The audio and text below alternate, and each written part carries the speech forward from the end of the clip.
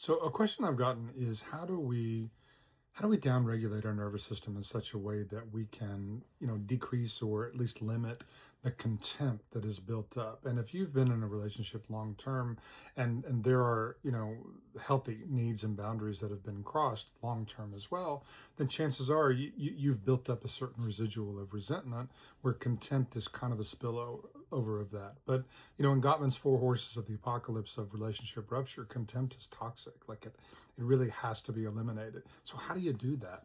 And what I would point to is number one, you've got to create the healthy boundaries, because if you keep triggering the same things over and over again, there's really not a way for you to eliminate some of that.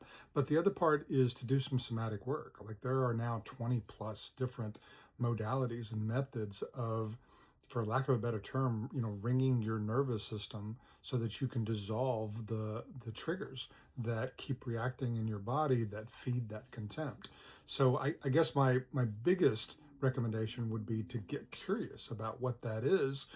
This term somatic, soma, of the body. What does that mean? And who is doing what, around me? Whether it's EMDR, EFT, somatic experiencing, somatorespiratory integration, focusing, trauma releasing exercises. Like there's a lot of lists. There's 20 different types of breath work now as well.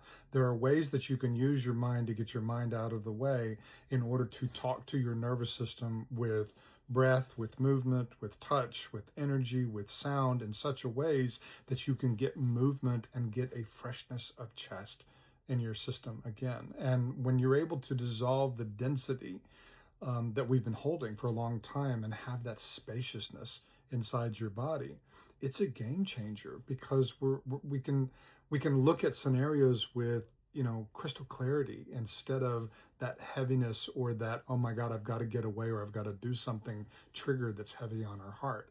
So my recommendation would be to get curious about practicing presence and get curious about, somatic process in a way that sets you free inside your own body.